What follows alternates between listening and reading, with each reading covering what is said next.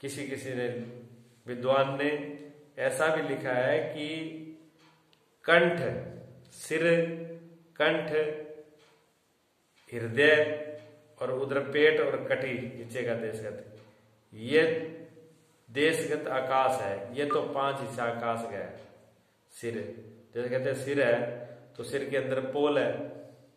वैज्ञानिक ही मानते हैं कि जो ब्रीक नाड़ियां उनके बीच में खोपड़ी के अंदर भी पोल रखी हुई है। और खाली नाम आकाश का है तो खाली जगह खोपड़ी के अंदर भी है, जिसके अंदर अगर वो न हो तो कोई भी चोट लग जाए और लग जाए तो जो बहुत ब्रीक सेल है, ब्रीक नाड़ियां वो खत्म हो जाएंगी। तो चोट को वो जो पोल जगह वो झेल जाती है। और जब किसी की खोपड़ी काम ना करती हो तो भी तेरी खोपड़ी के सुन्न है, तेरा सुन्न होगी तेरा सुन्न होगी, तेरे के दिमाग काम कौन करे तेरा सुन्न एडी है। तो सुन तो है का खोपड़ी के अंदर, कभी कभी वो ज्यादा हो जाती है तो जो खालीपन है खोपड़ी में वो भी सुन्न है। और कंठ में खालीपन है। अगर खालीपन नहीं होता तो वायु, श्वास का आना जाना बंद हो जाता, क्योंकि फुल जो ठोस चीज में तो वायु बड़े घुसेगी नहीं, वायु आएगी जाएगी नहीं। तो अंदर सांस के अंदर खाना पीना, सिर्फ वायु ही नहीं जा रही, भोजन भी जा रहा है, भी जाना है, खाने पीने की चीजें भी जा रही है, जल भी जा रहा है। तो कोई चीज जब ही जाएगी जब खाली होगी, पोल होगी तो जाएगी नहीं। तो गले के अंदर भी आकाश है। कहते हैं छाती के अंदर भी फेफड़े है, श्वास है, आना जाना, छाती में भी पोल है, पेट में भी पोल है, खाली जगह है, ऐसे कटी स्थान में भी। तो सभी जगह पर खाली जगह है। तो कुछ कुछ विद्वानों ने कहा कि आकाश इन जगहों में शरीर में आकाश रहता है। बाहर की बॉडी से ये बता दिया उन्होंने कि ऐसे ऐसे आकाश रहता है। और कहते हैं शिरोगत आकाश तत्व मुख्य भाग है। आकाश का मुख्य भाग है, क्यों कहते हैं पोल जगत बिना पोल के शब्द नहीं होता। जैसे कहते हैं ढोल हो या ढोलकी हो, अगर वो पोला ना हो तो बजेगा नहीं। तो शब्द भी पोल से होता है। मुंह के अंदर पोल खाली जगह ना हो तो शब्द बोला ही नहीं जाएगा। मुंह में कोई चीज भर के देख लो, कोई आवाज नहीं आएगी। हाँ, कोई मुंह भर के कोई बोलना चाहे तो बोला ही नहीं जाएगा, आवाज आएगी नहीं। तो कहते हैं अभी अनाद शब्द जो है जब ध्यान लगाते हैं तो ऊपर जब ध्यान में अनाद में अनंत आवाज होती है, ढोल नगाड़ों की, बांसुरी की, शंख की। तो कहते हैं अगर पोल नहीं होती तो आवाज कैसे आती वहां आवाज आ रही है तो वहां पोल है अक्षर में। और कंठ देशगत आकाश वायु का भाग है। कंठ में क्या है, आकाश और वायु, या वायु ज्यादा रहती है और आकाश, दो चीज का भाग है। क्योंकि खाली है इसलिए आकाश है, और वायु का सांस का आना जाना है इसलिए कंठ में दो। तो वायु का और आकाश का दोनों का कंठ में है, श्वास प्रश्वास ऊपर नीचे आना जाना। हृदयगत आकाश और तेज का भाग है। हृदय में क्या है, आकाश है और तेज छाती। हृदय में गर्म अग्नि ज्यादा है, तो क्योंकि हृदय में पित्त रहता है और तेजाब वगैरह बढ़ जाए इसलिए तो छाती में जलन होती है। जब भी पित्त बढ़ेगा, तेजाब बढ़ेगा, अग्नि बढ़ेगी तो छाती में जलन होगी। और गुस्सा भी आ जाए तो भी छाती, कहते हैं तो तू छाती क्या बढ़ा है आपकी, क्यों वो आग छाती में है नहीं। तो हृदय के अंदर आकाश खाली जगह में तो रहेगी नहीं, आग भी नहीं रहेगी, और अग्नि तत्व वहां ज्यादा है। और चौथा हृदयगत आकाश और जल का भाग है। उदरगत, उदर कहते हैं पेट को। पेट में खालीपन तो है ही है, लेकिन जल का हिस्सा ज्यादा है। पानी पियो वो भी इसमें है, वैसे ही पानी ज्यादा है। और खाते पीते हैं वो भी चबा चबा कर पानी जैसा हो जाता है। जब ज्यादा कोई चीज ले लो आप, कोई चीज को ज्यादा चबाएंगे तो पानी बन जाएगा, तभी वो करके जाता है। तो पानी की जल का आश्रय जो है पेट है। और कटी देशगत आकाश और पृथ्वी का भाग है। गंध का आश्रय होने से, जो कटिगत है वो खाली जगह तो है, इससे नीचे का जो हिस्सा है वो खाली तो है, लेकिन गंध का हिस्सा होने से वो उसमें पृथ्वी का हिस्सा है। इस रीति से काम क्रोध आदि स्थूल देख के तत्व नहीं है, किंतु लिंग देख के धर्म है। कुछ कुछ ग्रंथकारों के, महापुरुषों का, विद्वानों के कहना है कि आपने जो ये कहा है ना अभी आकाश के 5 तत्व, काम क्रोध शोक मोह भय, ये शरीर के नहीं है। कहते हैं तो सूक्ष्म शरीर के है, कामना मन में होती है, क्रोध अंदर मन आता है, मोह जो है वो भी अंदर मन में होता है। कहते हैं बाल शरीर में थोड़ी आते हैं, शरीर वाले तो ये हैं लेकिन ये मोह है, पर ये होते तो मन में है लेकिन इनका असर स्थूल शरीर पे आता है। जब गुस्सा आता तो मन में है लेकिन शरीर में देखो, शरीर एकदम गर्म हो जाएगा, चेहरा लाल हो जाएगा, आंखें लाल हो जाएगी, मुठियां बंद हो जाएगी, खून की गति बढ़ जाएगी, तो उसका असर पूरा उसके अंदर आ जाता है। इसलिए इसको धर्म तो ये सूक्ष्म शरीर की है लेकिन स्थूल शरीर में ये घटते हैं, स्थूल शरीर में ये दिखते हैं, इसलिए स्थूल शरीर के में भी बोल दिया। वो तो अंदर रहा है लेकिन वो उसका प्रभाव बाहर आ रहा है। अंदर तो दिखता नहीं है लेकिन बाहर से दिख जाता है भी आदमी में गुस्सा है। भय हो तो चेहरा बता देता है लेकिन भय होता तो अंदर है, मन में, शरीर में थोड़ी होता है। शरीर तो जड़ है, शरीर में क्या भय होगा। कामना इच्छा भी किसमें होती है, मन में होती है, कामना भी मन में है, पर शरीर उस कामना का असर जो है शरीर में आ जाता है, दिख जाता है। ज्यादा कामी आदमी, ज्यादा प्रेमी आदमी, ज्यादा मोही आदमी, ज्यादा क्रोधी आदमी छिपता नहीं है, ऊपर से दिख जाता है, लक्षण आ जाते हैं। तो ये कहते हैं भी ये जो हिस्सा 5 तत्व आकाश के हैं और शरीर में इस तरीके से रहते हैं, अलग अलग तरीके से। कहते हैं शोक आकाश का मुख्य भाग है। जो शोक है वो आकाश है, ज्यादा शोक में आदमी सुन्न हो जाता है। यद्यपि वायु आदि भूतन के भाग विषय भी आकाश के 4 भाग थे, एक एक भाग मिले, सो आकाश का मुख्य भाग नहीं कही है। ताइते शोक आकाश का अति मुख्यता है, या ते शोक का मुख्य भाग है। शोक में ज्यादा शून्यपना रहता है और दूसरे तत्वों में कम रहता है, इसलिए मुख्य रूप में यहाँ पर शोक को लिया। आकाश का मुख्य भाग शोक है और शोक उत्पन्न होने से शरीर शून्य जैसा हुए है और आकाश भी शून्य जैसा है। ज्यादा शोक होने पे आदमी शून्य हो जाता है, ज्यादा दुखी होने पर आदमी शून्य हो जाता है और आकाश भी शून्य है। तो उसका भाई ये आकाश का मुख्य भाग है। कहते हैं काम आकाश में वायु का भाग है। काम जो है वो आकाश में वायु का भाग है। पिता के मुख्य तुल्य पुत्र की न्यायी काम वायु का मुख्य है, याते वायु का भाग है। ऐसे अनंतम विषय जान लेना चाहिए। जो मुख्य रूप से पिता की जगह अगर पिता ना हो तो बेटा जो है वो उनकी हाजिरी भर देता है। बेटे को भी पिता के तुल्य ही माना जाता है। कई बार घर परिवार में क्या होता है, जो सबसे बड़ा भाई होता है तो पिताजी युवावस्था में चले जाते हैं तो बड़े भाई को लोग, छोटे जो भाई होते हैं परिवार के लोग होते हैं, वो बड़े भाई को ही पिता का स्थान दे देते हैं कि हमारे बाप के समान यही है, ये जो कर देगा वो ठीक है, इसकी बात मानना है सबको, ये जो बोलेगा वो ठीक है, ये संभालने वाला है। तो इसी प्रकार काम जो है आकाश से वायु का भाग, आकाश में वायु का मुख्य भाग काम। कामना से आदमी फैलाव होता है। कहते कामना रूपी वृत्ति चंचल है। कामना की वृत्ति चंचल होती है, जिसमें ज्यादा इच्छाएं होंगी।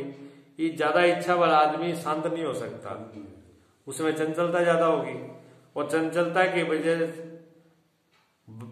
वायु में होती है। वायु को एक जगह ठहर नहीं सकती, वायु को एक जगह खुली छोड़ के रख नहीं सकते। जहां वायु छोड़ो तो वायु चलेगी, वायु रुकेगी नहीं। वायु का स्वभाव ही है चलना, दौड़ना, भागना। और ऐसे कामना की वृत्ति जो है वो भी चंचल है, तो आदमी को चंचल हो जाता है, इसलिए ये वायु का भाग है। कामना जो है वायु का भाग है। क्रोध आकाश में तेज का भाग है। क्रोध के अंदर आकाश में जो तेज मिला उसे क्रोध पैदा होता है। क्यों तेज का भाग है मिले है। कहते क्रोध आवे ते तब शरीर तपायमान होता है। जब क्रोध आता है तो शरीर तपायमान होता है और तेज भी तपायमान है, या तेज का भाग है। और मोह आकाश में जल का भाग है। कहते पुत्र आदि विषय में मोह भी फैलता है और जल भी फैलता है। इसलिए आकाश में जो जल का भाग मिला हुआ है उसी से मोह हुआ है उत्पन्न। और भय, भय कहते आकाश में पृथ्वी का भाग है। कहते भय आने से शरीर जड़ जैसा हो जाता है और निष्क्रिय, मतलब कोई हाथ पैर काम करने बंद हो जाते हैं, जड़ जैसे कोई ठूंठ होता है, ठूंठ की तरह हो जाता है, आदमी भी ठूंठ की तरह हो जाता है।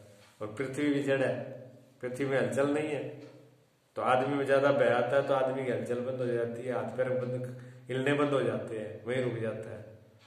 कई कई तो ऐसे होते हैं, घर से तो जाते हैं कि युद्ध करके आएंगे, हाथ में तलवार लिए हुए, और वहां जाकर के वो तलवार ही नहीं उठती तलवार भी गिर जाती है हाथ से। तलवार तो उठाने की बात छोड़ो, हाथ ऊपर नहीं उठता तो तलवार कहां से उठेगी। भय का ऐसे काम है। तो ये तो आकाश के 5 तत्व हुए। अब वायु में 5 तत्व है। वायु में 5 तत्व है प्रसारण, फैलना, धावन दौड़ना, चलना, संकुचन, इकट्ठा होना। तो प्रसारण के लिए वायु फैलता है, तो आकाश में आकाश का भाग मिला है, वायु के अंदर आकाश का भाग मिला, क्योंकि खाली जगह ना होगी तो वायु फैलेगी क्यों नहीं। तो आकाश के अंदर वायु मिल गया। कहते प्रसारण नाम है फैलने का। आकाश भी फैले और वायु भी फैलती है। फिर कहते हैं धावन, दौड़ना। दौड़ना वायु का मुख्य भाग है। क्यों? धावन नाम है दौड़ने का, और वायु भी दौड़ती है, याते ये वायु का मुख्य भाग है। और वलन कहिए वायु का, वायु के अंदर तेज भाग है, मिला हुआ है। कहते हैं वलन नाम अंग के वालने का है, अंग को मोड़ने का है। और तेज का प्रकाश भी बलता है, याते तेज का भाग भी मोड़ने में, उसमें भी तेज भी जलाता है, ये भी जलाता है, ये भी गर्म करता है। ज्यादा वायु तेज हो, अगर टकराव ज्यादा हो तो वो भी गर्माहट पैदा करती है। और चलना कहते हैं वायु के विषय जल का भाग मिले है। चलने में जब चलते हैं तो वायु में जल मिला हुआ है, क्योंकि जल भी, चलन नाम चलने का है, जल भी चलता है और वायु भी चलती है। अंकुचन कहते हैं सुकड़ना, पृथ्वी जो है, पृथ्वी इकट्ठी हो जाती है। कहते हैं अंकुचन नाम संकोच का है, पृथ्वी भी संकोचित एक जगह पर इकट्ठी की हो सकती है, हो जाती है। ऐसे वायु के अंदर पृथ्वी का भाग मिलने से अंकुचन हो गया। और निंद्रा, निंद्रा कहते हैं पहले तेज की बात है। तेज के 5 तत्व, तेज के 5 तत्व में पहली निंद्रा है, फिर तृषा है, फिर क्षुधा है, फिर कांति है। नींद तेज विषय आकाश का भाग मिला है। निंद्रा में मतलब अग्नि में आकाश मिला है। कहते निंद्रा आने से शरीर शून्य हो जाता है, आकाश भी शून्य, इसलिए नींद में तेज में जो आकाश मिला दिया तो नींद शून्य हो गया। फिर कहते हैं तिस लगना, तेज, तिरसा, तेज विषय वायु का। कहते हैं अग्नि में वायु मिली है, इसलिए अग्नि में जब वायु मिलती है तो तिस पैदा होती है। क्यों? तिस कंठ को सुखाती है।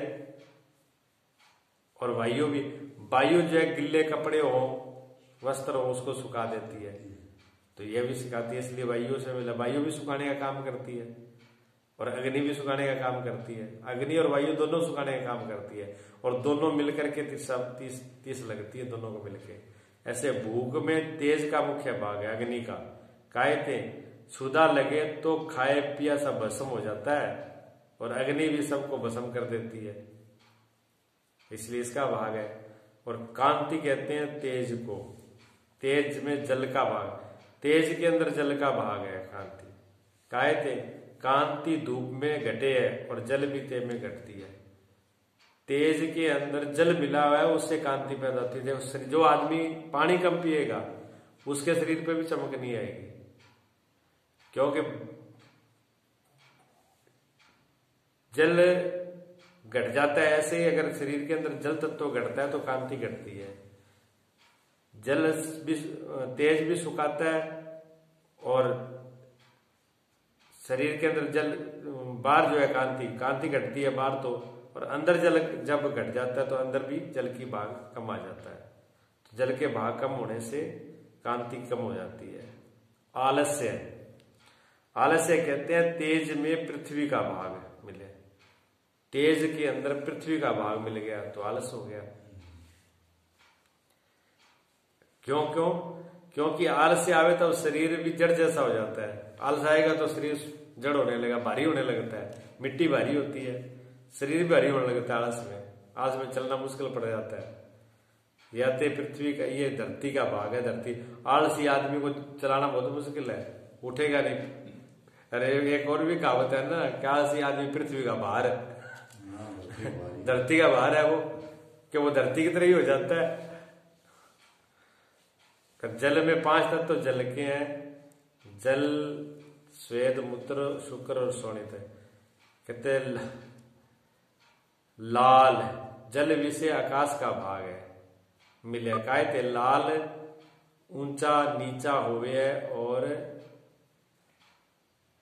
आकाश भी ऊंचा नीचा हुआ है। या तो आकाश में जल मिला हुआ है, इसे जल का भाग है। लाल कहते लाल, लाल नहीं है, लार है, ये लाल है।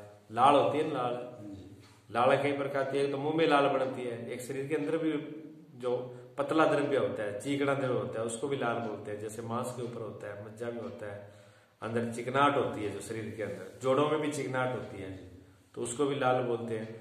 तो वो जल और आकाश को मिलकर के बनती है। खालीपन तो चाहिए, और बिना जल के तो कोई लाल बन ही नहीं सकती। अब मुंह में अंदर पोल भी है, और उसके अंदर जो लाल बनेगी तो वो बिना पानी की तो बनेगी नहीं। मुंह सूखा हो तो लाल बनेगी नहीं। हाँ, ऐसे जोड़ों में है। ऐसे श्वेत कहते हैं पसीने को। पसीने के अंदर जल विषय वायु का भाग मिला है। जल में वायु मिला हुआ है इसलिए पसीना है। क्यों? पसीना श्रम के ये करने से हुए है। वायु भी पंखा आदि करने, श्रम करने से सूखे है। अब 2 बातें हैं, एक आदमी तो पंखा कर रहा है और एक आदमी पंखे की हवा ले रहा है पास में बैठ के। तो क्या हुआ? जो आदमी पंखे की हवा कर रहा है उसको तो पसीना आएगा, और जो आदमी को हवा दे रहा है उसका सूख जाएगा। तो एक ही 2 काम हो रहा है एक ही वायु से। एक का पसीना निकाल रही है, एक का सुखा रही है। तो वायु में तेज का भाग मिला हुआ है। इसमें जल के अंदर वायु का भाग मिला है। तो एक से जल पैदा हो रहा है, एक से सूख रहा है। तो वायु सुखाती भी है और पैदा भी कर रही है। तो जल और वायु दोनों एक साथ में मिले हुए हैं।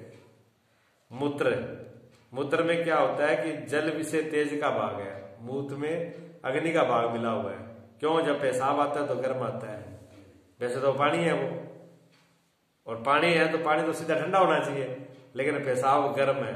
जब पेशाब गर्म है तो इसका मतलब उसमें अग्नि का भाग आ रहा है, मिला हुआ है। और शुक्र कहते हैं वीर्यों में, जल का मुख्य भाग है। कहते हैं जल भी सफेद होता है, शुक्र भी सफेद होता है, और ये गर्भ का हेतु है। बिना वीर्यो शुक्र के गर्भ धारण नहीं हो सकता। ठीक है, इसी प्रकार बिना जल के, जल का मुख्य भाग है, बिना जल के कोई भी पेड़ पौधे वृक्ष जीव पैदा उत्पन्न नहीं हो सकता है। कोई बीज बिना जल के उत्पन्न नहीं होगा, नमी नहीं होगी, सूखी जगह पे डाल दो तो बिना जल के कोई भी बीज, कोई किसी का भी जन्म नहीं होगा। माँ के पेट में बिना शुक्र के बच्चे का जन्म नहीं हो सकता। और बाहर पृथ्वी के ऊपर भी, पूरी पृथ्वी में भी कोई भी अगर बीज उत्पन्न हो रहा है तो बिना जल के होगा नहीं। इसलिए जब वर्षा होती है तो सारे बीज उग जाते हैं। तो जल भी सफेद वर्ण है, और ये वर्षा का भी हेतु है। यहां तो कहा वृक्ष का हेतु लिख रखा है, वर्षा का हेतु मतलब वर्षा बिना जल के नहीं होती। और वृक्ष का हेतु भी एक अर्थ ये भी ले सकते हैं भी, जो वृक्ष भी उत्पन्न होगा तो वो बिना जल के नहीं होगा। इसका भी वही कारण है। शोणित कहते हैं जल विषय, शोणित कहते हैं खून को। खून है भी जल के अंदर पृथ्वी का भाग मिला है। क्यों? कि जल जो खून होता है वो भी पानी की तरह पतला होता है, पानी का तो भाग ही है, लेकिन उसमें जो रंग है, कलर है पृथ्वी का, वो भी लाल रंग, वो पृथ्वी का हिस्सा है। अब एक ही बचे सिर्फ पृथ्वी, 4 तो पूरे हो गए। पृथ्वी का 5 तत्व, पृथ्वी के 5 तत्व है रोम, त्वचा, नाड़ी और मांस और अस्थि। तो इनमें कहते हैं रोम, रोम केशों को कहते हैं। और केश सिर्फ बालों के नहीं, जितने भी रोम है सारे के सारे हैं, सारे के सारे रोम शरीर के जितने भी हैं वो पृथ्वी में आकाश का भाग है। क्यों? पृथ्वी तो जड़ है ही है और आकाश भी शून्य होता है। तो ये बालों काटो शून्य है, हमें को पता नहीं चलता। जैसे शून्यता को कुछ भी करो तो इन बालों को ऊपर से काट दो, कोई दर्द नहीं होता, कोई मालूम नहीं, क्योंकि शून्य, आकाश भी शून्य है, ये भी शून्य है, पृथ्वी जड़ है, ये भी जड़ की तरह, इनमें भी ज्ञान नहीं है। कहते रोम शून्य है, काटने से पीड़ा नहीं हुए है, आकाश भी शून्य है। आकाश में कोई तलवार चलाए, बंदूक चलाए, आकाश को क्या पीड़ा होनी है? रोम को पीड़ा नहीं होती। और ऐसे चमड़ी, त्वचा पृथ्वी में वायु का भाग है। त्वचा के अंदर क्या पृथ्वी का वायु का भाग पृथ्वी में मिला हुआ है। क्यों? क्योंकि त्वचा शीत, उष्ण, कठिन, कोमल संप्रश मालूम हुए है। चमड़ी से गर्म, ठंडा, कठोर, मुलायम, ये सब मालूम पड़ता है। और ये गुण वायु का है। वायु भी संपर्श गुण वाली हुई है। वायु भी जब लगती है शरीर से टकराती है तो पता लगता है कि हाँ हवा कैसी है, गर्म है कि ठंडी है, तेज है, पता लगता है इसका भी। और नाड़ी भी कहते हैं पृथ्वी में तेज का भाग मिला हुआ है। क्यों? नाड़ी की जब वैद्य परीक्षा करता है तो देखता है गर्म है कि ठंडी है, तेज चल रही है, धीरे चल रही है, तेज चल रही है, कैसी चल रही है। तो नाड़ी का ज्ञान भी बिना, और नाड़ी बिना, अगर उसमें खून, नाड़ी में खून चलता है तो वो भी गर्म, बिना गर्मी के नहीं चलता। और किस गति से चल रहा है, तेज गति से चल रहा है तो वैद्य कह देता है कि बहुत तेज चल रहा है, इसका मतलब आपकी नाड़ी में वायु और अग्नि तत्व तो बढ़ा हुआ है। तो ये तीनों का कपित वात का भी नाड़ी से पता लगता है।